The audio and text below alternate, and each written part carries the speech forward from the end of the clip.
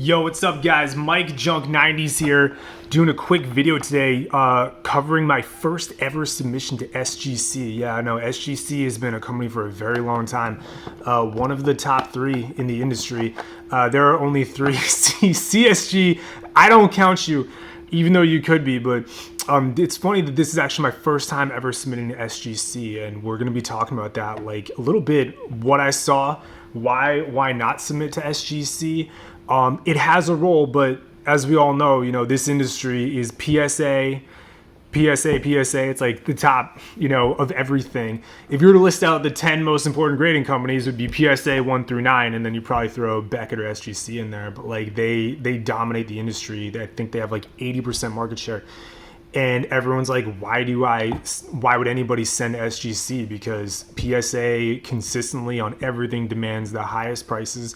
I think it's pretty obvious why, or it's a little more obvious to some people why you might submit to Beckett on certain occasions, because they do have black label and pristines that can outsell PSA 10s. But I mean, guys, if you look at those pop reports, hunting for pristines and black labels is so difficult to do that, I mean, for most people, it doesn't make any sense to do it. But really the question for a lot of people is like, why SGC? Because like even in places where, they're supposedly competitive, such as, vintage baseball, this is 70s, but it's kind of touching on that vintage era. Why do people continue to send it in there? So if you're a collector, it really comes down to personal preference. And that's fine. If you like SGC versus PSA versus Beckett, and these are for your own personal collection, then you collect what you like. You do what you like. If you resell, if you're trying to flip for profit, the question really gets murky. Like, why would anybody send it to something that's not going to give you top dollar for what you're doing? I do a lot. I do some PC, but for the most part, I buy and sell at this point in my collecting career, we'll say. And this is for a reason. The first time I've ever sent to SGC. So like, why did I send to SGC this time? What roles does it have for you? How can you deploy it most effectively? So SGC overall, they are, how do I put this? They don't take as much as PSA, but the advantages, the pros to sending to SGC is the main one. You get them back much faster. There's the con, obviously, that for lower level submissions, they cost a little bit more to grade than PSA. Actually, I think these were sent in at $24 a card. It was a nice, small 5-card submission. But really in this submission, we're trying to take advantage of that speed angle. So I had recently bought a collection that had a few 1970s sets in there. And the 1976 Topps baseball set especially was in very nice condition for a set of that era. And the centering, is all of when you're talking about 60s, 70s cards, vintage, earlier than that, everything, centering can be one of the hardest things to nail. Like centering just goes all over the place. I've run my own numbers sometimes, and you'll see sometimes that like an actual 10 centering in some of these samples can be as low as like, 2 or 3%. It can be very low. Sometimes it's 1. It's they're very hard to come by. So when I saw this one, and this is why this is the only time I've ever sent to SGC, but when I bought the set, I came with a number of cards that I wanted to send away for grading to PSA, but at the same time, I was kind of like, these look so good, the centering on some of these, and because with 70s cards, they're all different sizes, the manufacturing standards were just not as good as they are in the 80s, 90s, 2000s, and you will see some pretty significant variance in the size of the cards, to the point that I began to wonder. I mean, the guy that sold this to me was a really nice guy. I didn't have any questions about him, but you never know who they got it from. So I had some questions, and I really had to be sure before I sent a lot of money into PSA that these things were not, by someone else trimmed. So I sent in this very small submission, thinking that, hey, if I send it in here, I'll get good resale value on the cards that I have. I'm not going to have PSA level, but I'll get them back very soon.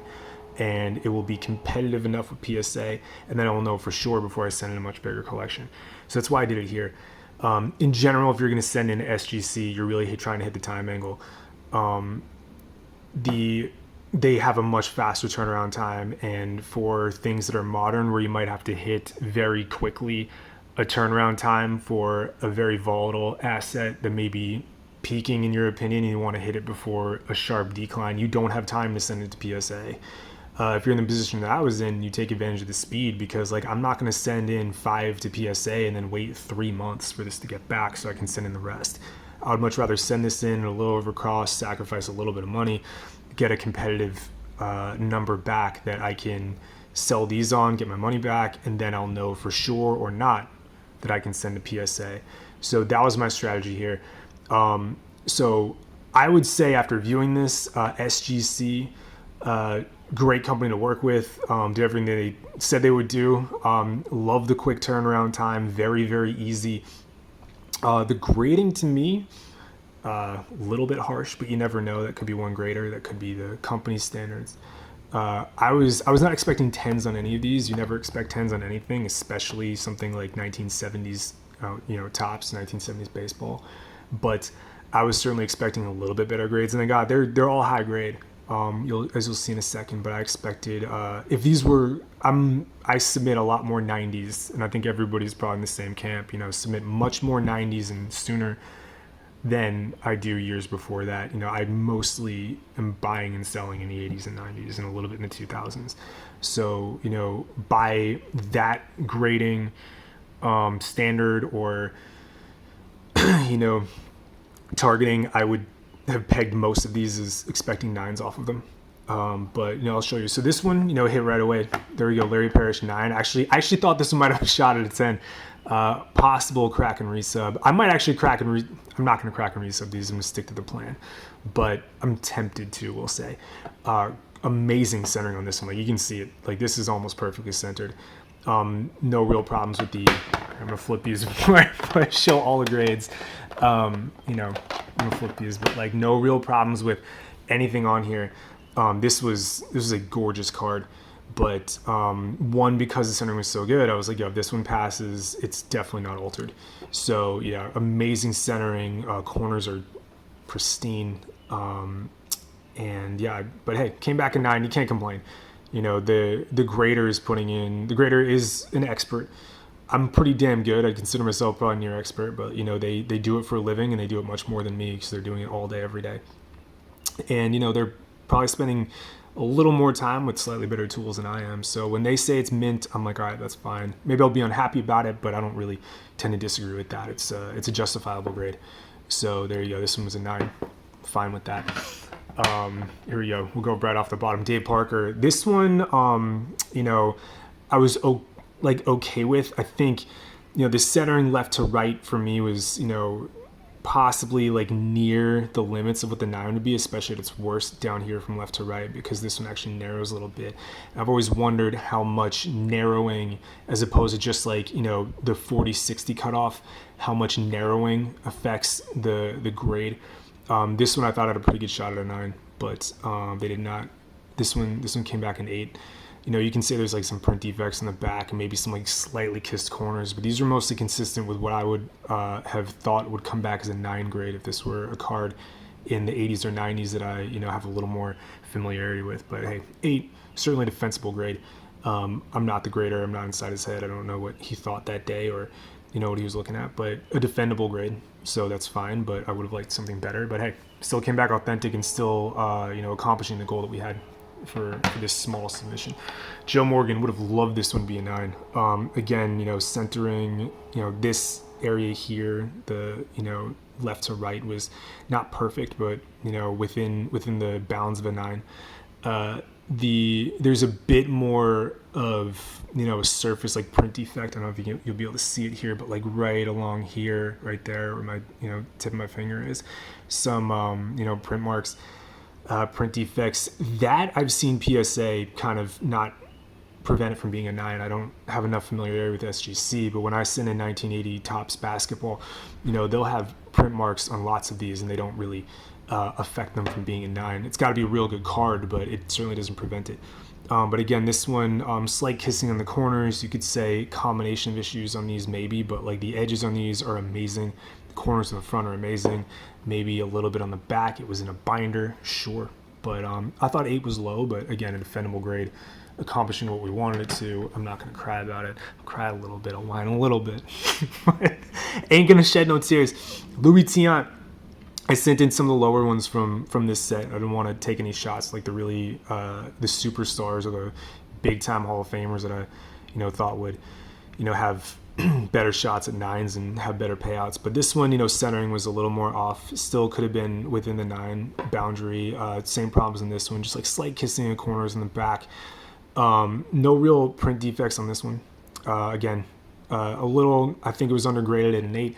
I am still tempted to I'm so tempted to crack and resell them, but I think it'd just be a good lesson for me to see how SGC does, because I've never actually tried to sell an SGC card, and there's benefit to really getting the full front to beginning to end exposure to this company, because if they have this good of a turnaround time, that is a niche that they're hitting, and there are definitely going to be uses of that in the future. So I think if I got a little more experience with SGC, if I find that they sell fast and they don't sit around a long time, there is value to knowing that, and you can use that to your advantage. So I gotta stay strong, not try to crack these out. Yeah, so there we go. That was an 8. And then Goose Gossage. This is a really cool one. 8.5. Again, like the other ones, amazing centering, amazing edges, amazing corner on the front. No real, print defects that I remember. No surface issues that I saw. I don't know what that gave this an 8.5. But a defendable grade. I thought these all had real good shots at 9s. I think it's undergraded. Only one of them got a 9. But I had beautiful cards we got here. Very happy, extremely happy with the turnaround time. I got these back in under 2 weeks, and it really gives you an opportunity to, for some people, like I said, what's the purpose of SGC? Take advantage of something that is trending. If you want to, you can quick flip. There is a time value of money aspect to all of this with grading. If something takes you 3 months back to get back, and you can only say turn over your inventory 4 times a year because you send it out and get it back every 3 months, versus if you get this back in 2 weeks and now you can maybe turn these things over 20 times a year, there is value to the fact that you're getting these back and you have a higher velocity. So that, in my opinion, is the main advantage of SGC. I don't have enough, I know very few people who have enough high quality raw inventory where they would need to flip it or need to turn it over that many times a year and keep their money flowing, where it makes sense to send SGC. But you could see the case being out there. I still prefer PSA, but definitely interesting and fun to send this through to SGC this time and see what they can do. So cool slabs, not my favorite, but again, that's what niches are.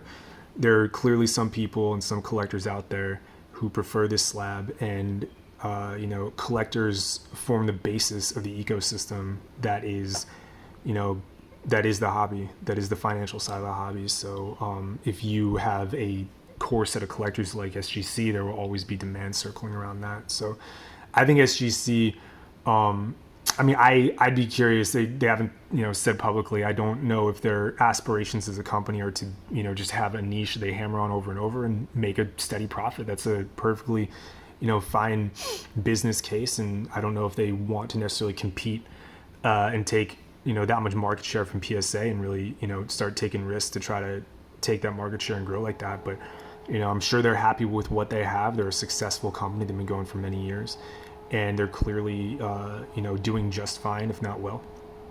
So to me, it would be interesting, and I'll talk about this in a future video, what you could do if you're SGC to try to capture more market share and really drive that a larger ecosystem of collectors around your brand. PSA just controls everything, and there's a reason why, once you have that core of collectors, why all these investors and flippers start to grow out of that and just further increase the value of your cards. And that's why PSA has a higher resale value. But there's certainly things that you could do that maybe short term, maybe long term, that SGC could do to really, you're not going to attract investors without higher resale values. That's pretty much out of the question. But in order to one day get those investors and flippers you could demonstrate, if you can demonstrate more collectors that have higher demand that are paying comparable prices and growing that price through collectors, you might have a shot at doing it. So anyway,